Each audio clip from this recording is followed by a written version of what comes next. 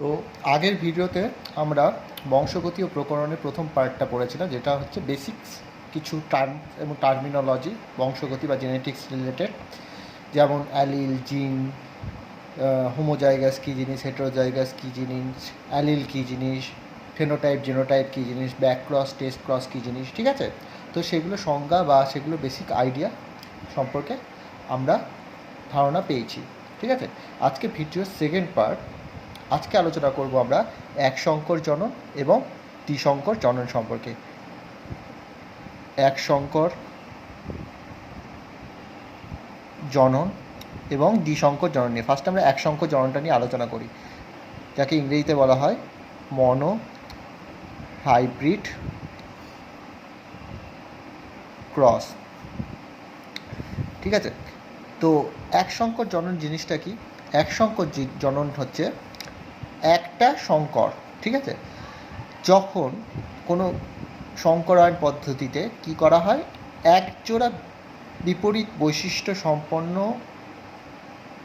একই প্রজাতির দুটি জীবের মধ্যে যখন সংকরায়ন বা ক্রস করানো হয়, সেটাকে বলা হয় এক সংকর জনন। কটা বৈশিষ্ট্য হতে হবে? এক জোড়া বিপরীত বৈশিষ্ট্য হতে হবে। কয়েকটা পয়েন্ট মনে রাখতে হবে এক সংকর জননের সংজ্ঞা বলতে গেলে, যে বৈশিষ্ট্যটা এক জোড়া হতে হবে, ঠিক আছে। বোঝো আগে ব্যাপারটা, তারপর আমি পুরোটা বুঝে যাওয়ার পর আমি সংজ্ঞাটা কমপ্লিট করছি, ঠিক আছে। তাহলে এক সংকর জননের ক্ষেত্রে কতগুলো পয়েন্ট মনে রাখতে হবে, যে এক জোড়া বিপরীত বৈশিষ্ট্য সম্পন্ন হতে হবে। সেকেন্ড পয়েন্ট হচ্ছে একটি নির্দিষ্ট প্রজাতির দুটি জীবের মধ্যে সংকরায়ন হতে হবে, ঠিক আছে। তাহলে এখানে সংজ্ঞাটা কিন্তু কমপ্লিট হয়ে যাচ্ছে। তাহলে কীরকম হবে সংজ্ঞাটা? এক সংকর জনন বা মনোহাইব্রিড ক্রসের সংজ্ঞাটা, যে নির্দিষ্ট প্রজাতির দুটি জীবের মধ্যে সংকরায়ন ঘটাতে হবে এবং তাদের মধ্যে বৈশিষ্ট্যটা কীরকম হতে হবে, যে এক জোড়া বিপরীত বৈশিষ্ট্য হতে হবে, ঠিক আছে। তাহলে একবার সংজ্ঞাটা কমপ্লিটলি বলছি, যে এক জোড়া বিপরীত বৈশিষ্ট্য সম্পন্ন নির্দিষ্ট প্রজাতির দুটি জীবের মধ্যে সংকরায়ন, এটাকেই এক সংকর জনন বলে। এক জোড়া বিপরীত বৈশিষ্ট্য সম্পন্ন নির্দিষ্ট প্রজাতির দুটি জীবের মধ্যে সংকরায়ন। যেমন এক জোড়া বিপরীত বৈশিষ্ট্য মানে মেন্ডেলের এক সংকর জনন পরীক্ষাটাতে, মেন্ডেল আমরা ক্লাস 10-এ পড়েছিলাম, যে মেন্ডেলের এক সংকর জনন পরীক্ষাটাতে মেন্ডেল কটা বৈশিষ্ট্য নিয়েছিল? একটা হচ্ছিল বিশুদ্ধ লম্বা নিয়েছিল এবং ক্রস করেছিল কার সাথে? বিশুদ্ধ বেটে, ঠিক আছে। এটা হচ্ছে বিশুদ্ধ লম্বা এবং বিশুদ্ধ বেটে মটর গাছের মধ্যে ক্রস করেছিল। এটাই তো হচ্ছে এক সংকর জনন, যেটা মেন্ডেল করেছিল মটর গাছকে নিয়ে। এখানে বৈশিষ্ট্যটা কটা হচ্ছে? বিপরীত বৈশিষ্ট্যটা এক জোড়া।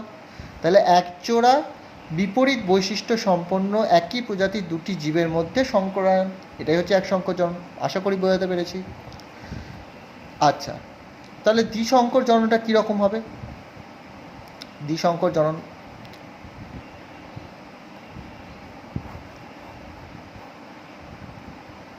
এটাকে বলা হয় ডাই হাইব্রিড ক্রস। এক সংকরকে বলা হয় মনোহাইব্রিড ক্রস, দ্বিসংকর জননকে বলা হয় ডাই হাইব্রিড ক্রস। তো দ্বিসংকর জনন, এখানে এক জোড়া হলে এক সংকর জনন, তাহলে দ্বিসংকর হলে কত জোড়া হবে? দুই জোড়া। তাহলে দুই জোড়া বিপরীত বৈশিষ্ট্য, ঠিক আছে। আর এটা সেম হবে নির্দিষ্ট প্রজাতির দুটি জীবের মধ্যে সংকরায়ন, নির্দিষ্ট প্রজাতির দুটি জীবের মধ্যে সংকরায়ন, ঠিক আছে। তাহলে সংজ্ঞাটা কি? যে দুই জোড়া বিপরীত বৈশিষ্ট্য সম্পন্ন নির্দিষ্ট প্রজাতির দুটি জীবের মধ্যে সংকরায়নকে বলা হয় দ্বিসংকর জনন। তাহলে জিনিসটা কীরকম হবে? দ্বিসংকর জনন মনে রাখতে হবে যে যে দুটো জীবের মধ্যে সংকরায়নটা হবে তাদের মধ্যে বৈশিষ্ট্যের পার্থক্যটা দুই জোড়া হবে, ঠিক আছে। যেমন মেন্ডেল দ্বিসংকর জননের পরীক্ষাতে করেছিলেন হলুদ মানে কালার ছিল এবং বীজটা গোল ছিল, আর সবুজ কালার ছিল ও কুঞ্চিত বীজ ছিল। ঠিক আছে, হলুদ গোল এবং সবুজ কুঞ্চিত মটর বীজের মধ্যে এই সংকরায়নটা করেছিল মেন্ডেল। তাহলে এখানে বৈশিষ্ট্যটার পার্থক্যটা কত? 4টে, মানে 2 জোড়া বিপরীত বৈশিষ্ট্য সম্পন্ন জীবের মধ্যে যখন সংকরায়ন হয় তখন সেটাকে বলা হয় দ্বিসংকর জনন। এক সংকরে এক জোড়া বিপরীত বৈশিষ্ট্য সম্পন্ন একই প্রজাতির 2টি জীবের মধ্যে সংকরায়ন, আর দ্বিসংকর হলে 2 জোড়া বিপরীত বৈশিষ্ট্য সম্পন্ন একই প্রজাতির 2টি জীবের মধ্যে সংকরায়নকে দ্বিসংকর জনন বলে। তাহলে এক সংকর জননের ডেফিনেশন কি আর দ্বিসংকর জননের ডেফিনেশন বা সংজ্ঞাটা কি সেটা সম্পর্কে আমরা আইডিয়া পেলাম। এক সংকর জননের বৈশিষ্ট্যের পার্থক্যটা 2টো হবে, আর দ্বিসংকর জননের বৈশিষ্ট্যের পার্থক্যটা 4টে হবে। ব্যাস, ইজি। আচ্ছা, এবার আমাদের একটা প্রশ্ন আসে পরীক্ষায় যে মেন্ডেল এক সংকর জনন বা দ্বিসংকর জনন পরীক্ষার জন্য কেন মটর গাছকেই নির্বাচন করেছিলেন? কেন মটর গাছ নির্বাচনের কারণ বইতে আছে, আমি একটু মুখে বলে দিচ্ছি যে মটর গাছটা উভলিঙ্গ, অর্থাৎ মটর গাছে মেল এবং ফিমেল দুটো পার্টি আছে, মানে এতে পরাগরেণু আছে, মানে দুটো পুংদণ্ড আর পুংকেশর এবং গর্ভকেশর দুটোই থাকে। তাহলে কি হয়, পুংকেশর থেকে যে পরাগরেণুটা বেরোয় সেটা গর্ভমুণ্ডে গিয়ে পতিত হয়। ঠিক আছে, এটা যদি পুংকেশর হয়, পুংকেশরের পার্ট কি, এটা পুংদণ্ড, এটা পরাগধানী। এই পরাগধানী থেকেই পরাগরেণু বেরোয়, দিয়ে কোথায় পড়ে, গর্ভদণ্ডে মানে গর্ভকেশরের গর্ভমুণ্ডে গিয়ে পড়ে এবং পরাগযোগ ঘটে। যেহেতু একটা মটর গাছে পুংকেশর এবং গর্ভকেশর দুটোই থাকে, তাহলে এবং এটার জন্য এটাকে উভলিঙ্গ ফুল বলা হয়। মটর গাছ উভলিঙ্গ হওয়ায় কি হয়, এখানে স্বপরাগযোগ ঘটানো সম্ভব হয়। এটা হচ্ছে সব থেকে ইম্পর্টেন্ট, যে মটর গাছ উভলিঙ্গ হয়, তার ফলে কি হয়, স্বপরাগযোগ ঘটানো যায়। সেকেন্ড হচ্ছে মটর গাছ খুব চরম আবহাওয়াতেও বেঁচে থাকতে পারে। খুব মটর গাছ চরম শক্তিশালী হয় এই চরম আবহাওয়ার বিরুদ্ধে, সে মরে যায় না মটর গাছটা, চরম আবহাওয়াতেও বেঁচে থাকে মটর গাছ। ঠিক আছে, সেকেন্ড হচ্ছে মটর গাছের মধ্যে অনেক ভ্যারাইটি বা প্রকরণ দেখা যায়। আমরা আগের দিন পড়িয়েছিলাম যে প্রকরণ বা ভ্যারিয়েশন কি, যে একই প্রজাতির বিভিন্ন জীবের মধ্যে বিভিন্ন টাইপের বৈসাদৃশ্য দেখা গেলে সেটাকে ভ্যারিয়েশন বলে। তাহলে মটর গাছে অনেক ভ্যারিয়েশন দেখা যায় বা প্রকরণ দেখা যায়, অনেক ভ্যারিয়েশন দেখা যায়। আরেকটা কি বলেছিলাম, যে চরম আবহাওয়া সহ্য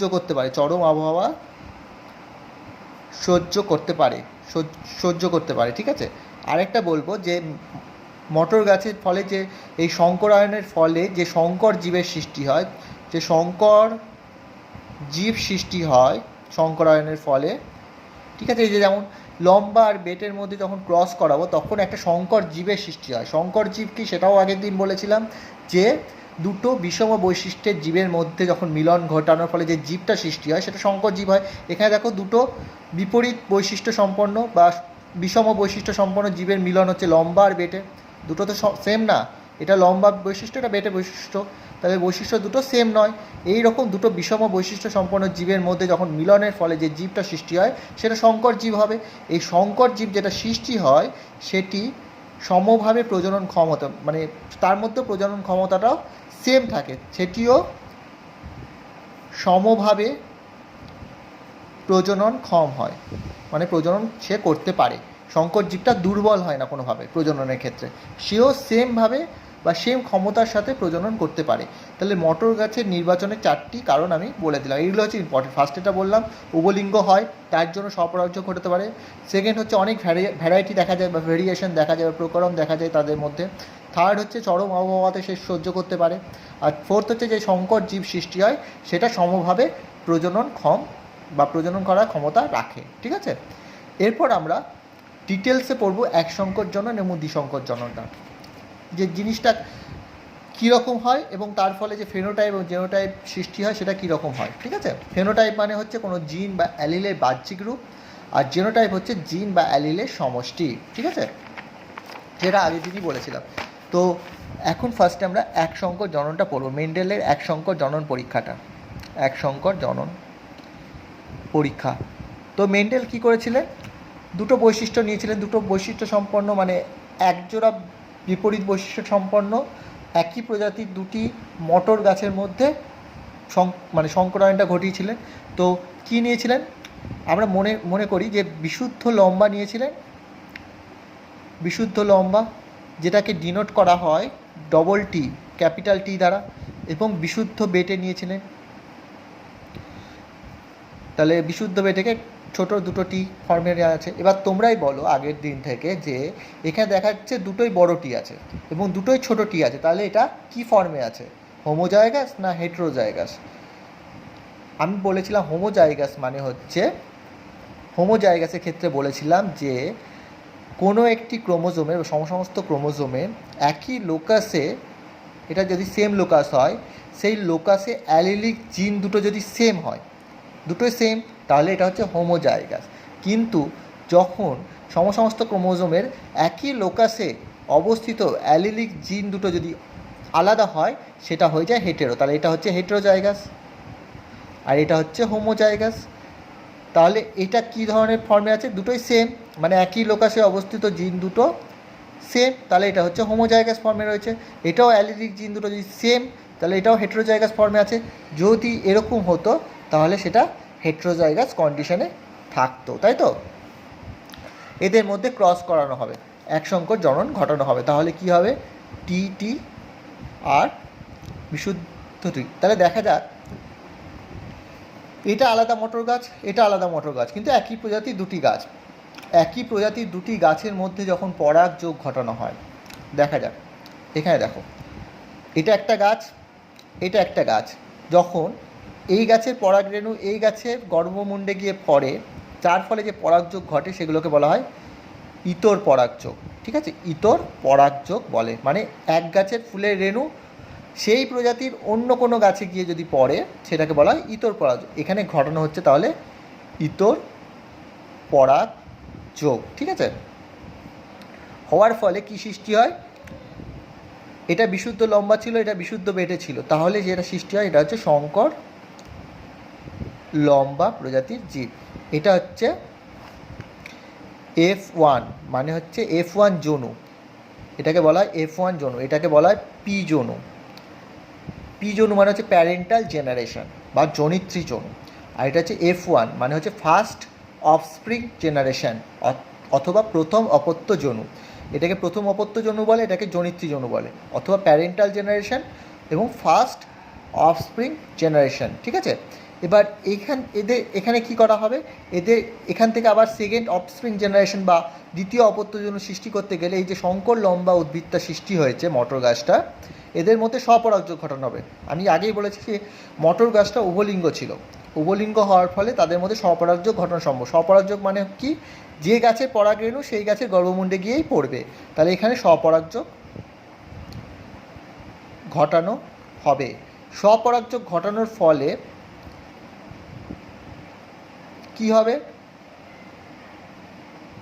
চারটে উদ্ভিদের সৃষ্টি হবে এবং গ্যামেট কি কি হবে, বড়টি, ছোটটি, বড়টি, ছোটটি, চারটে গ্যামেট হবে।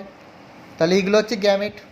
তাহলে আমি লিখে দিই গ্যামেটগুলো কী কী সৃষ্টি হচ্ছে, বড়টি, ছোটটি, বড়টি, ছোটটি। ঠিক আছে, চারটে গ্যামেট সৃষ্টি হবে। ঠিক আছে, এবার আমরা চেকার বোর্ড করে সেকেন্ড অফস্প্রিং জেনারেশনটা F2টা বার করব। চেকার বোর্ড করলে জিনিসটা নির্ভুল হবে, সবসময় আমরা চেষ্টা করব চেকার বোর্ড করে করতে। এইটা হচ্ছে মেল সাইন, এটা হচ্ছে ফিমেল সাইন। ঠিক আছে, এখানে গ্যামেটগুলো বসাই, তাহলে বড়টি, ছোটটি, এখানেও বসাবো বড়টি, ছোটটি। চেকার বোর্ডের নিয়ম হচ্ছে এরকমভাবে আগে সাজিয়ে নিলাম গ্যামেটের পরিমাণগুলো, এখানে বড়টি, ছোটটি, বড়টি, ছোটটি, বড়টি, ছোটটি, বড়টি, ছোটটি, সব সাজিয়ে নিলাম।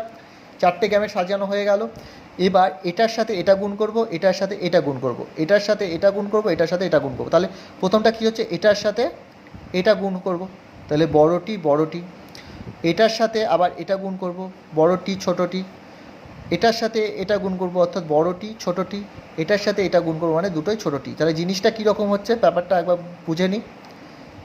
ঠিক আছে, এটা মেল, এটা ফিমেল, তো আমরা কি করছি, এটার সাথে এটা একবার গুণ করছি, এটার সাথে এটা গুণ হলো, আবার এটার সাথে এটা গুণ করছি, দিয়ে এখানে বসিয়ে দিচ্ছি, এটার সাথে এটা গুণ করে এখানে বসাচ্ছি, এটার সাথে এটা গুণ করে এখানে বসাচ্ছি, আবার এটার সাথে এটা গুণ করে এখানে বসাচ্ছি, আবার এটার সাথে এটা গুণ করে এখানে বসাচ্ছি। ঠিক আছে, তো জিনিসটা আমি বোঝাতে পেরেছি আশা করি।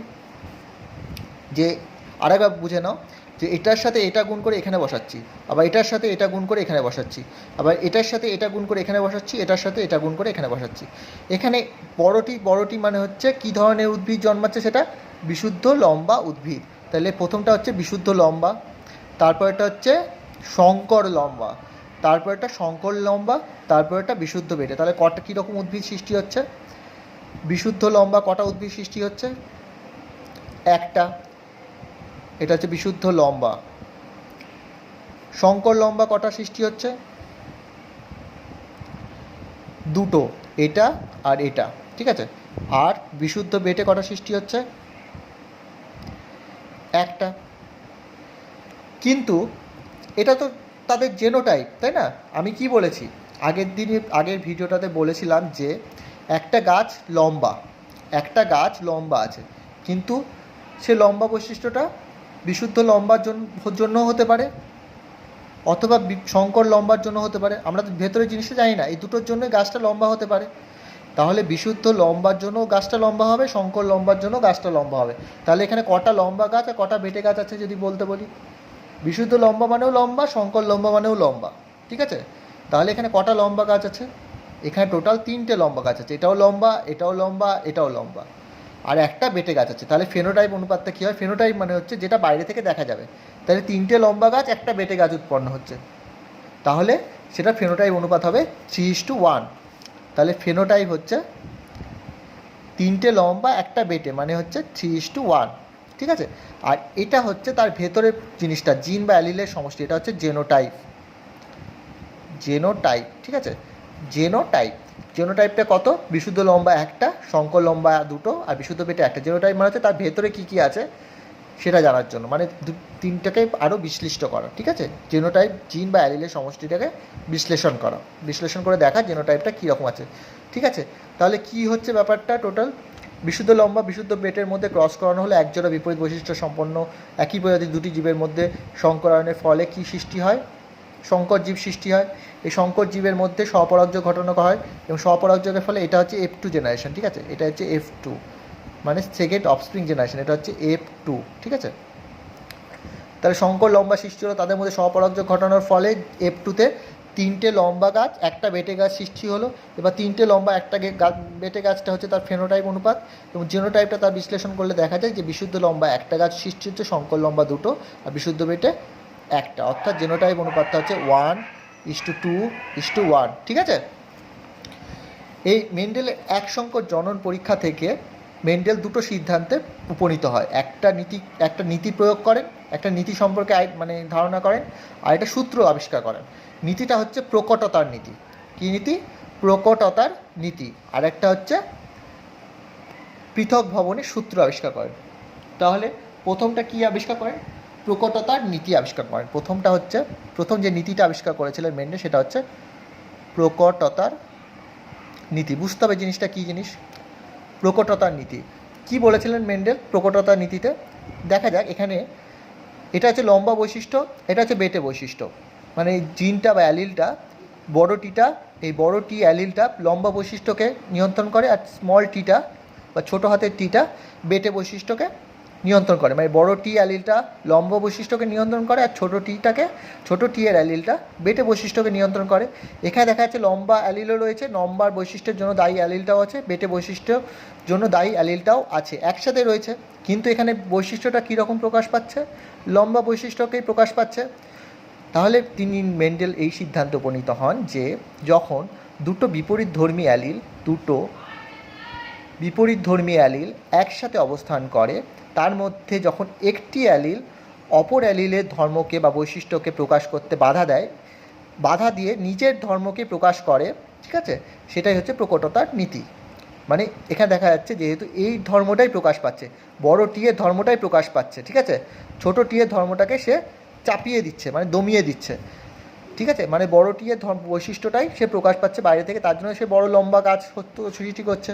ঠিক আছে, তাহলে এটাই হচ্ছে প্রকটতার নীতি, যে যখন দুটো বিপরীতধর্মী অ্যালিল একসাথে সহাবস্থান করে তখন একটি অ্যালিল অপর অ্যালিলের বৈশিষ্ট্যটাকে দমিয়ে দিয়ে সে প্রকট রূপে প্রকাশ পায়, সেটাই হচ্ছে প্রকটতার নীতি। এটা মেন্ডেল এই এক সংকর জনন থেকে আবিষ্কার করেছেন প্রকটতার নীতিটা। ঠিক আছে, বা সিদ্ধান্তে এসেছিলেন যে এটা হচ্ছে প্রকটতার নীতির জন্যই যে গাছটা উৎপন্ন হচ্ছে সেটা মানে লম্বা বেটে দুটোই বৈশিষ্ট্য থাকছে, যেহেতু তার মধ্যে লম্বা বৈশিষ্ট্যটাই সে প্রকটতার নীতির জন্য সে প্রকাশ করছে। ঠিক আছে, আরেকটা সূত্র আবিষ্কার করেছেন তিনি, সেটা হচ্ছে পৃথক ভবনের সূত্র। এটা সূত্র না, এটা হচ্ছে নীতি। এই নীতির উপর বেস করেই এইখানে উপনীত হয়েছিলেন সিদ্ধান্তে। আর এটা হচ্ছে পৃথক ভবনের সূত্র, এটা তিনি সূত্রটা আবিষ্কার করেছে। পৃথক ভবন মানে আমরা বুঝতে পারছি পৃথক হয়ে যাওয়া, কোনো কিছু আলাদা হয়ে যাওয়া। তো জিনিসটা কীরকম ভালো করে বুঝবে সূত্রটা, যে এখানে বৈশিষ্ট্যের পার্থক্যটা কটা আছে, এক জোড়া। তো আমি বলবো যে যখন কোনো বৈশিষ্ট্য বা একজোড়া বৈশিষ্ট্য, যখন একজোড়া বৈশিষ্ট্য জনিত্রী থেকে অপত্য জনিতে সঞ্চারিত হয় তখন বৈশিষ্ট্য দুটি একে অপরের সাথে মিশে গেলেও, ঠিক আছে, বা মিলিত হলেও গ্যামেট গঠনকালে এরা পরস্পর থেকে পৃথক হয়ে যায়। এই যে পৃথক হয়ে গেছে পরস্পর থেকে, সেটাই হচ্ছে পৃথক ভবনের সূত্র। মুখস্থ করার দরকার নেই, এটা মনে রাখলেই হয়ে যাবে যে একজোড়া বিপরীত বৈশিষ্ট্য যখন জনিত্রী থেকে অপত্য জনিতে সঞ্চালিত হয় তখন তারা মিলিত হলেও কি হয়, গ্যামেট গঠনকালে এরা পরস্পর থেকে আলাদা হয়ে যায়। একজোড়া বিপরীত বৈশিষ্ট্য জনিত্রী থেকে অপত্যতে সঞ্চালিত হওয়ার সময় পরস্পর মিলিত হলেও গ্যামেট গঠনকালে এরা পরস্পর থেকে পৃথক হয়। এটা হচ্ছে পৃথক ভবনের সূত্র। তাহলে এখানেই শেষ হচ্ছে এক সংকর জনন পরীক্ষাটি। এক সংকর জননে তাহলে প্রশ্ন যদি আসে যে এক সংকর জননের ফলে মেন্ডেল কী কী সিদ্ধান্তে উপনীত হয়েছিলেন, একটা সিদ্ধান্ত বা নীতি হচ্ছে প্রকটতার নীতি, যে যখন দুটো বৈশিষ্ট্যের বা একজোড়া বিপরীত বৈশিষ্ট্যের জন্য দুটি অ্যালিল পরস্পর সহাবস্থান করে তখন একটি অ্যালিল অপর অ্যালিলের ধর্মটাকে বা বৈশিষ্ট্যকে কি বলবো দমিয়ে দেয়। ঠিক আছে, এবং সেই নিজের অ্যালিলের ধর্ম বা বৈশিষ্ট্যকে প্রকাশ করে, ফলে সেটি হয়ে যায় প্রকট অ্যালিল, অপরটি প্রচ্ছন্ন অ্যালিল রূপে সব মানে তার সাথে থাকে। এই নীতিটাকে প্রকটতার নীতি বলে। আরেকটা বলেন পৃথক ভবনের সূত্র। পৃথক ভবনের সূত্র কী বলেছেন, যে একজোড়া বিপরীত বৈশিষ্ট্য যখন জনিত্রী থেকে অপত্য জনিতে সঞ্চারিত হয় তখন পরস্পর মিলিত হলেও কি হয়, গ্যামেট গঠনকালে এরা পরস্পর থেকে পৃথক হয়ে যায়। ব্যাস, এটাই পৃথক ভবনের সূত্র। তাহলে প্রকটতার নীতি আর পৃথক ভবনের সূত্র। আর যদি প্রশ্ন আসে যে এক সংকর জননের পরীক্ষাতে ফেনোটাইপ অনুপাত কত ছিল, 3:1 মানে 3 ভাগ লম্বা 1 ভাগ বেটে। যদি বলা হয় জেনোটাইপ অনুপাত কত ছিল, তাহলে 1:2:1 মানে 1 ভাগ বিশুদ্ধ লম্বা, 2 ভাগ সংকর লম্বা এবং 1টি বিশুদ্ধ বেটে। ঠিক আছে, এরপর আসি আমরা দ্বিসংকর জনন পরীক্ষাটা নিয়ে। এটা একটু বড় টাইপের পরীক্ষা আছে, কারণ এখানে দুই জোড়া বিপরীত বৈশিষ্ট্য সম্পন্ন চারিত্রিক বৈশিষ্ট্য সম্পন্ন জীব, একই প্রজাতির দুটি জীবের মধ্যে সংকরায়ন করানো হয়। তাহলে দ্বিসংকর জনন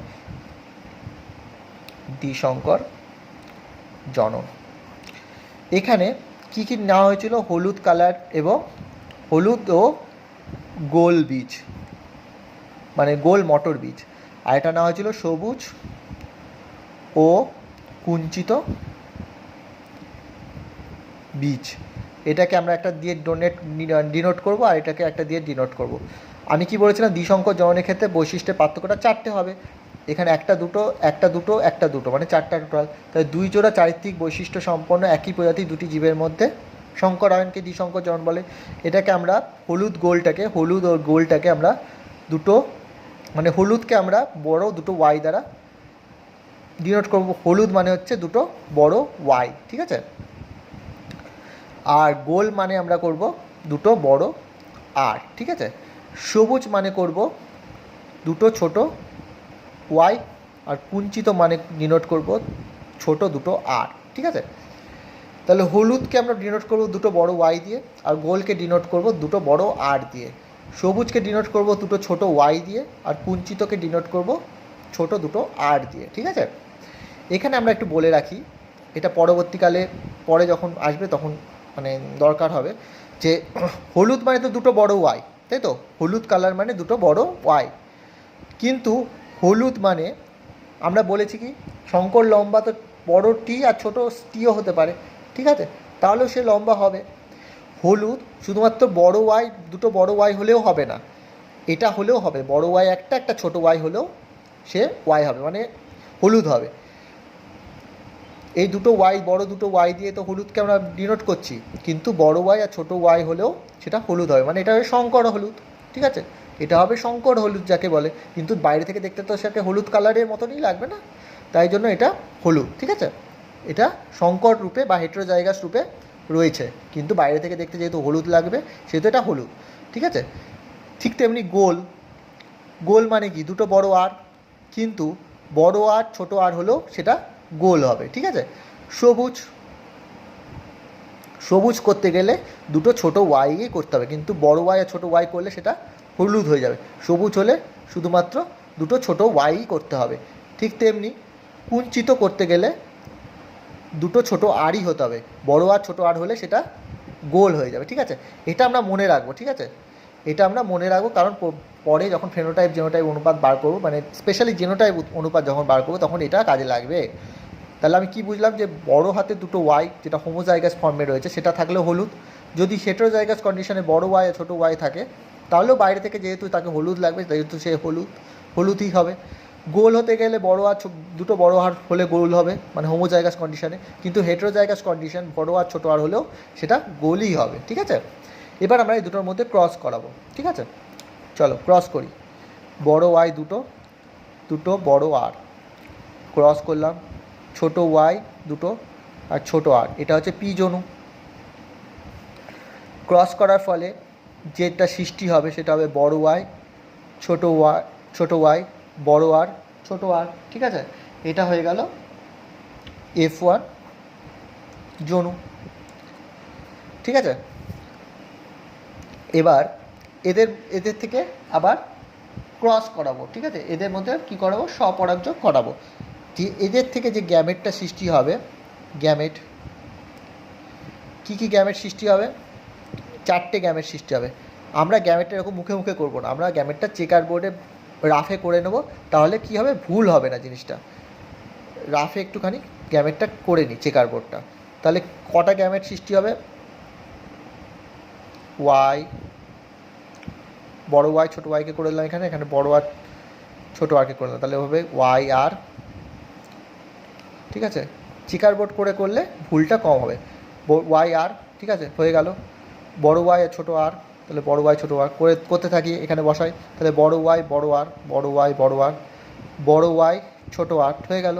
এবার ছোটো ওয়াই বড় আর, ছোটো ওয়াই বড় আর, তাহলে এখানেও বসিয়ে দিই ছোটো ওয়াই বড় আর, আর ছোটো ওয়াই ছোটো আর, ছোটো ওয়াই ছোটো আর, তাহলে এটা হয়ে গেল ছোটো ওয়াই ছোটো আর। তাহলে গ্যামেটগুলো তৈরি হয়ে গেল। ঠিক আছে,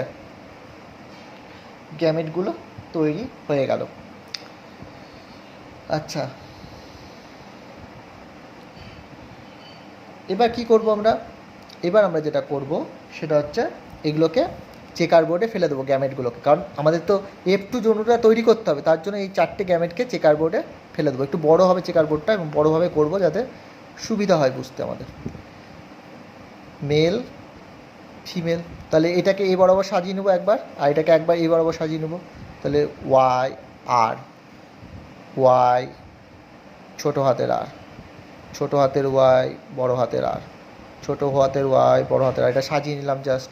এটাও সাজাই, ওয়াই আর, ওয়াই স্মল আর, ওয়াই আর, ওয়াই আর। ঠিক আছে, এবার চেকার বোর্ডটা জাস্ট গুণ করে করে বের করব।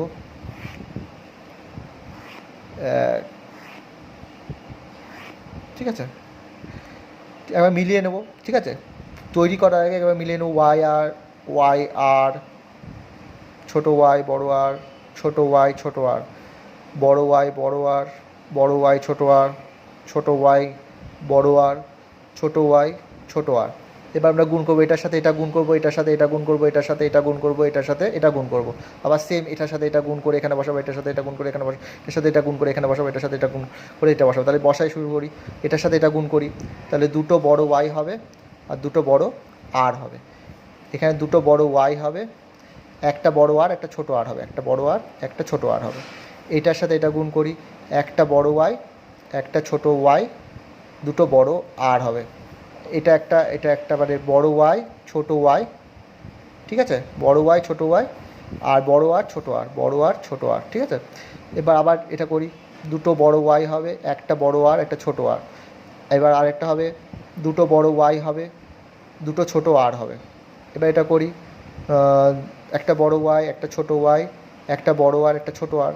সেকেন্ডটা হবে কি, বড় ওয়াই হবে একটা ছোটো ওয়াই হবে, ঠিক আছে, আর দুটো ছোটো আর হবে। এটা করি, বড় ওয়াই ছোটো ওয়াই, দুটো বড় আর। এটা করি, দুটো বড়, একটা বড় ওয়াই একটা ছোটো ওয়াই, একটা বড় আর ছোটো আর, দুটো ছোটো ওয়াই আর দুটো বড় আর। এরপর একটা দুটো ছোটো ওয়াই, একটা বড় আর একটা ছোটো আর, একটা বড় ওয়াই একটা ছোটো ওয়াই, আর বড় আর একটা ছোটো আর একটা, ঠিক আছে, একটা বড় ওয়াই একটা ছোটো ওয়াই, দুটো ছোটো আর, ঠিক আছে, আর দুটো ছোটো ওয়াই, একটা বড় আর একটা ছোটো আর, দুটো ছোটো ওয়াই, দুটো ছোটো আর, ঠিক আছে। এবার আমরা দেখব এদের ক্যারেক্টারিস্টিকটা কীরকম, ঠিক আছে। এটা মানে হচ্ছে হলুদ, হলুদ, এটা মানে হচ্ছে গোল। এটা কি হবে, এটাও হলুদ হবে, এটাও গোল হবে। এটা কি হবে, এটাও হলুদ হবে, এটাও গোল হবে। এটা কি হবে, এটাও হলুদ, গোল হবে। এটা কি হবে, এটাও হলুদ, গোল হবে। এটাও কি হবে, এটা হলুদ, ছোট দুটো আর, ছোট দুটো আর, ঠিক আছে। এই ছোট দুটো আর হলে কি হয়, কুঞ্চিত হবে, হলুদ কুঞ্চিত, ঠিক আছে। এটা কেন কি, বড় ওয়াই স্মল ওয়াই, বড় ওয়াই স্মল ওয়াই হলে হেটেরোজাইগাস কন্ডিশনে থাকে, তাহলে ওটাও হলুদ হবে। এটা কি হবে, বড় আর ছোটো আর হলে গোল, মানে হেটেরোজাইগাস কন্ডিশন হলে গোল হবে, হলুদ গোল। এটাও হলুদ, এটা ছোটো আর দুটো আর মানে কুঞ্চিত হবে, হলুদ কুঞ্চিত, ঠিক আছে। এটা মানে কি হবে, হলুদ গোল। এটা মানে হবে হলুদ গোল, ঠিক আছে। এটা মানে হচ্ছে দুটো ছোটো ওয়াই, দুটো ছোটো ওয়াই হলে কি হয়, দুটো ছোটো ওয়াই হলে, দুটো ছোটো ওয়াই হলে সবুজ হয়, সবুজ।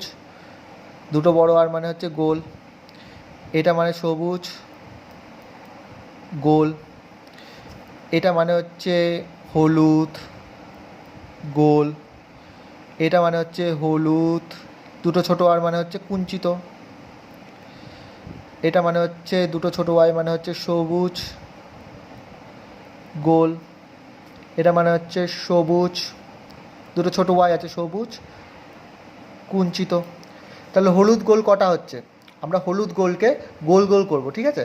তাহলে গুনবো, হলুদ গোল কটা হচ্ছে, একটা, দুটো, তিনটে, চারটে, পাঁচটা, পাঁচটা, ছটা, ঠিক আছে, ছটা, সাতটা, আটটা, ঠিক আছে, এখানে নেই আর কোনো, আর এখানে হচ্ছে একটা, মানে নটা, ঠিক আছে। আর তো নেই হলুদ গোল কোনো, তাহলে হলুদ গোল কটা হচ্ছে, একটা, দুটো, তিনটা, চারটা, পাঁচটা, ছটা, সাতটা, আটটা, নটা। তাহলে হলুদ গোলের সংখ্যা হচ্ছে নটা, হলুদ গোল সংখ্যা হচ্ছে নটা। তাহলে আমরা করে নিই এখানে, তাহলে হলুদ গোলের সংখ্যা হচ্ছে, আমরা লিখি হলুদ গোল কটা হচ্ছে, নটা, ঠিক আছে। এবার দেখি হলুদ কুঞ্চিত কটা আছে, হলুদ কুঞ্চিতকে আমরা বক্স বক্স করে বের করবো, ঠিক আছে। হলুদ গোলকে যেমন গোল গোল করেছি, হলুদ কুঞ্চিতকে আমরা বক্স করে দেখবো, গুনবো। একটা হলুদ কুঞ্চিত, একটা, আমরা এখানে ডিনোট করে দিই, হলুদ গোলটাকে গোল করে বুঝেছি আমরা, তাহলে মনে থাকবে, গোল করে দিই, এটা সংকেত, পরে যাতে গুলিয়ে না যায়। আর আমরা তারপর এটা কী বার করছি, হলুদ কুঞ্চিত বার করছি, হলুদ কুঞ্চিত বার করছি। এটাকে আমরা কী করে বের করছি, বক্স আকারে বের করছি, যাতে গুলিয়ে না যায় আমাদের। আর তোমরা পরীক্ষার সময় বা প্র্যাকটিস করার সময় পেন্সিল দিয়ে করবে, রাবার দিয়ে ঘষে মিটিয়ে দেবে পরে যখন কমপ্লিট হয়ে যাবে। তাহলে হলুদ কুঞ্চিত এটা একটা, এটা একটা, ঠিক আছে, দুটো হলো। আর হলুদ কুঞ্চিত আছে কোথাও, এখানে নেই, এখানে নেই, এখানে আছে একটা, ঠিক আছে। তাহলে হলুদ কুঞ্চিত সংখ্যাটা কটা, তিনটে, ঠিক আছে। এরপরে আমরা বার করব সবুজ গোল, সবুজ গোল, এটাকে আমরা এইভাবে দেখব, ঠিক আছে। সবুজ গোল কটা আছে, এখানে একটা আছে, এখানে একটা আছে, ঠিক আছে, আর এখানে একটা আছে। তাহলে সবুজ গোলের সংখ্যাটা হচ্ছে 3টা। আর একটা জিনিস পড়ে থাকছে সবুজ কুঞ্চিত, তাহলে সবুজ কুঞ্চিত, এটা যেহেতু একটা পড়েছে সেহেতু এটা কোনো সংকেতের দরকার নেই, তাহলে এটা একটা। তাহলে টোটাল এখানে কটা উদ্ভিদ আছে, 16টা উদ্ভিদ আছে। তাহলে এখানে 16টা হচ্ছে কিনা দেখে নিই, 9, 3, 12, 3, 15, 1, 16, ঠিক আছে।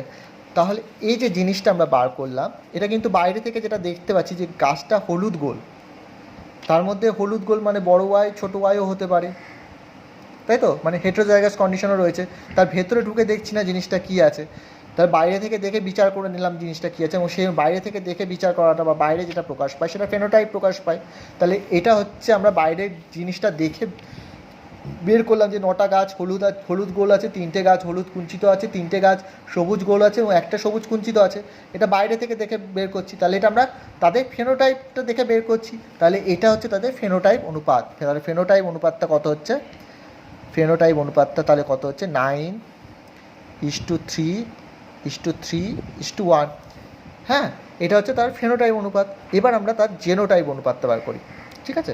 এটা তাহলে আমাদের এবার জেনোটাইপ অনুপাতটা বার করি। তাহলে জেনোটাইপ অনুপাত বার করতে গেলে প্রথমে হলুদ গোলটা দেখি। আচ্ছা, আমরা আগে সাজিয়ে নিই, তারপরে আমরা বের করব, ঠিক আছে। আমরা ক ধরনের পেয়েছি উদ্ভিদ, হলুদ গোল পেয়েছি, হলুদ কুঞ্চিত পেয়েছি, সবুজ গোল পেয়েছি এবং সবুজ কুঞ্চিত পেয়েছি, ঠিক আছে। তাহলে চারটে আমরা সাজিয়ে নিই আগে, তারপর আমরা গুনে গুনে বের করব। তাহলে আমরা কী কী পেয়েছি, হলুদ গোল পেয়েছি, আচ্ছা 9টা পেয়েছি। তাহলে একটু জায়গা রাখি, কারণ 9টা উদ্ভিদ সাজাতে হবে। তারপরে হচ্ছে হলুদ কুঞ্চিত পেয়েছি, থার্ডটা পেয়েছি হচ্ছে সবুজ গোল পেয়েছি, সবুজ গোল পেয়েছি, আরটা পেয়েছি সবুজ কুঞ্চিত, সবুজ কুঞ্চিত পেয়েছি। সবুজ কুঞ্চিতটা তো সহজ আছে, 2টো ছোটো ওয়াই আর 2টো ছোটো আর, মানে এখানে একটাই পাবো, ঠিক আছে। এটা তো ইজি, আগেই জেনে গেছি, একটা আছে বলে একটা বসিয়ে দিলাম। হলুদ গোল হতে গেলে কীরকম হতে হবে, এরকম হতে পারে সেটা, ঠিক আছে। আবার সেটা এরকম হতে পারে, আবার সেটা কীরকম হতে পারে, আবার সেটা এরকম হতে পারে, ঠিক আছে, অথবা সেটা এরকম হতে পারে। 4 রকমেরই হতে পারে, ঠিক আছে, 4 রকমেরই হতে পারে। তো আমরা যদি একটু সিঙ্ক্রোনাইজ, এটা তো সিঙ্ক্রোনাইজ হলো না ব্যাপারটা, র্যান্ডাম করে বসালাম। এবার যদি আমি সিঙ্ক্রোনাইজ ওয়েতে সাজাই ব্যাপারটা, মানে 2টো বড় ওয়াইয়ের পরে এটা করলাম, তারপরে আমরা সেকেন্ডে আসলাম এটাকে নিয়ে। তাহলে এটা ফার্স্ট করলাম, এটাকে সেকেন্ড করলাম, তারপর বড় ওয়াই ছোটো ওয়াই করলাম, এটাকে থার্ড করলাম, ঠিক আছে, আর তারপরটা ফোর্থ করলাম। তাহলে আমরা একটু সিঙ্ক্রোনাইজ অনুযায়ী সাজাই জিনিসটা। তাহলে এটা হচ্ছে ওয়াই, বড় হাতে 2টো ওয়াই, বড় হাতে 2টো আর, তারপরে নিয়ে আনলাম এটাকে 2টো বড় হাতের ওয়াই, ঠিক আছে, আর তারপরে বড় আর, তারপরে ছোটো আর, তারপরে আনলাম বড় হাতে 2টো ওয়াই, একটা বড় ওয়াই একটা ছোটো ওয়াই, তারপরে হচ্ছে আর, আর 2টো বড় আর, 2টো বড় আর, তারপরে বড় হাতের ওয়াই, ছোটো হাতের ওয়াই, বড় হাতের আর, ঠিক আছে, আর ছোটো হাতের আর, ঠিক আছে। এটাকে নিয়ে চলে আসলাম, তাই ফোর্থ থেকে লাস্টে রাখলাম। এবার এটা আমরা গুনবো কটা কটা সংখ্যা আছে, ঠিক আছে, গুনি চল দেখি কটা আছে। তাহলে বড় ওয়াই আর 2টো বড় আর, 2টো বড় ওয়াই 2টো বড় আর কটা আছে, 2টো বড় ওয়াই একটা, 2টো মানে সবই বড়, একটা আছে এখানে, আর আছে কি নেই, এখানেও নেই, এখানেও নেই, এখানেও নেই। তাহলে এখানে সংখ্যাটা দাঁড়াচ্ছে একটা। এখানে বড় ওয়াই 2টো আছে আর ছোটো একটা আর আছে, ছোটো একটা আর আছে, মানে 3টেই বড় একটা ছোট, এই 3টে বড় একটা ছোট, একটা পেয়ে গেলাম। আর এখানে 3টে বড় একটা ছোট, তাই তো, 3টে বড় একটা ছোট, এটা একটা পেয়েছি 2টো, ঠিক আছে। আর আছে 3টে বড় ওয়াই, 3টে বড় লেটার একটা ছোট লেটার, এরকমভাবে ভাববো তাহলে সুবিধা হবে দেখতে। এখানে নেই, এখানেও নেই, এখানেও নেই, এখানেও নেই, এখানেও নেই, এখানেও নেই, এখানেও নেই, এখানে, তাহলে 2টো, তাহলে সংখ্যাটা গিয়ে দাঁড়াচ্ছে 2টো। ঠিক আছে, দুটো বড় ওয়াই স্মল ওয়াই, দুটো বড় আর কটা আছে, বড় ওয়াই স্মল ওয়াই, দুটো বড় আর কটা আছে, বড় ওয়াই স্মল ওয়াই এবং বড় ওয়াই স্মল ওয়াই এবং দুটো বড় আর, দুটো বড় আর, এটা একটা, ঠিক আছে,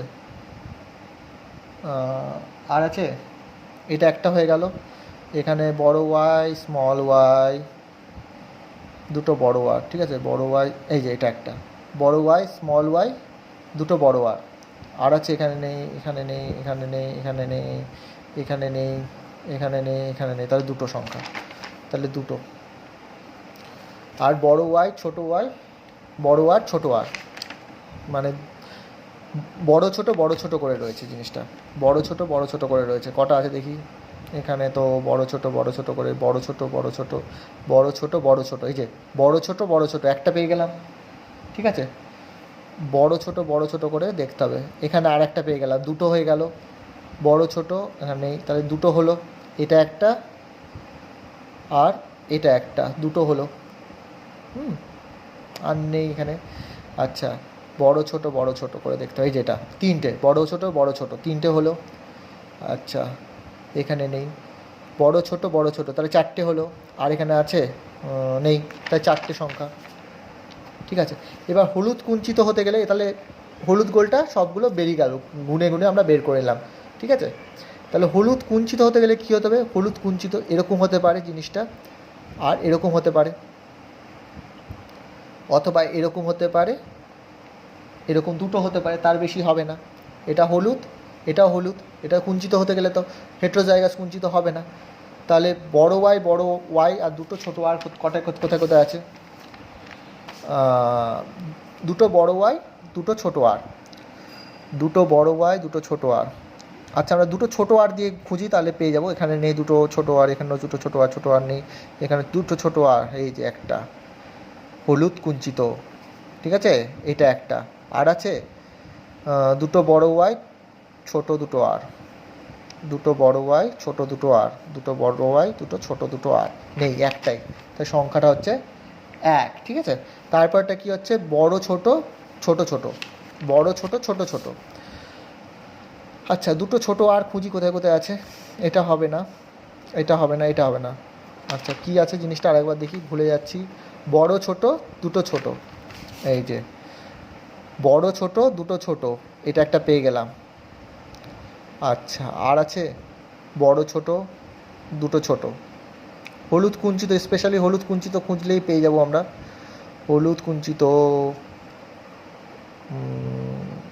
এটা একটা, ঠিক আছে, না এটা তো ওটার ফর্মে চলে আসছে, ঠিক আছে, হলুদ কুঞ্চিত এটা বড় ওয়াই আর ছোট দুটো আর, বড় ছোট দুটো ছোট, বড় ছোট দুটো ছোট, বড় ছোট দুটো ছোট, এটাতে এখানে নেই, বড় ছোট দুটো ছোট, এটা তো না, এই যে এটা, তাহলে এটা একটা বড় ছোট দুটো ছোট, আর এটা একটা বড় ছোট দুটো ছোট, তাহলে দুটো সংখ্যা, ঠিক আছে।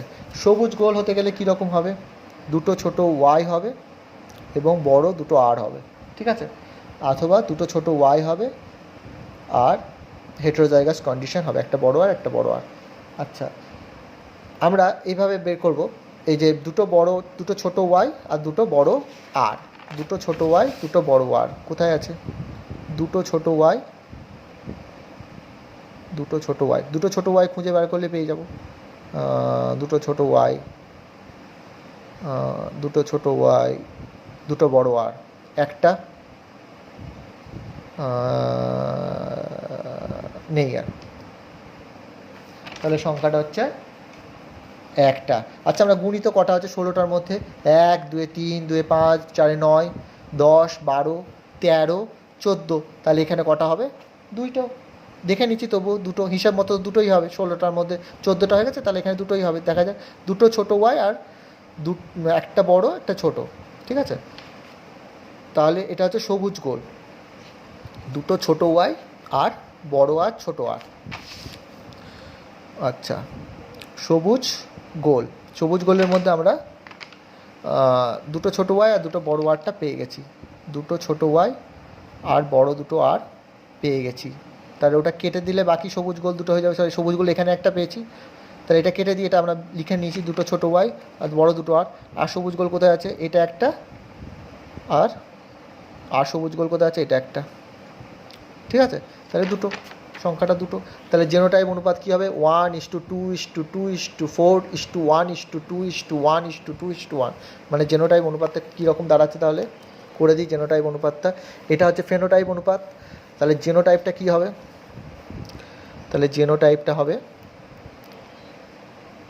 1:2:4:1:2:1:1, এটা হয়ে গেল জেনোটাইপ অনুপাত। ঠিক আছে, তো আমি বলবো এই এক সংকর দ্বি সংকর জনন বা মনোহাইব্রিড ক্রস আর ডাইহাইব্রিড ক্রস পুরোটা এখানে কমপ্লিট হচ্ছে। বাড়িতে এই মনোহাইব্রিড ক্রস আর ডাইহাইব্রিড ক্রসটা একটু বাড়িতে প্র্যাকটিস করতে হবে চেকার বোর্ড করে, স্পেশালি ডাইহাইব্রিড ক্রস। এটা ডাইহাইব্রিড ক্রসটা কঠিন না, দেখতে কঠিন লাগে, কিন্তু জিনিসটা ঠান্ডা মাথায় করলে খুব ইজি, এবং আমার এই ক্লাসটা ফলো করলে আরামে হয়ে যাবে। ঠিক আছে, চলো বাই।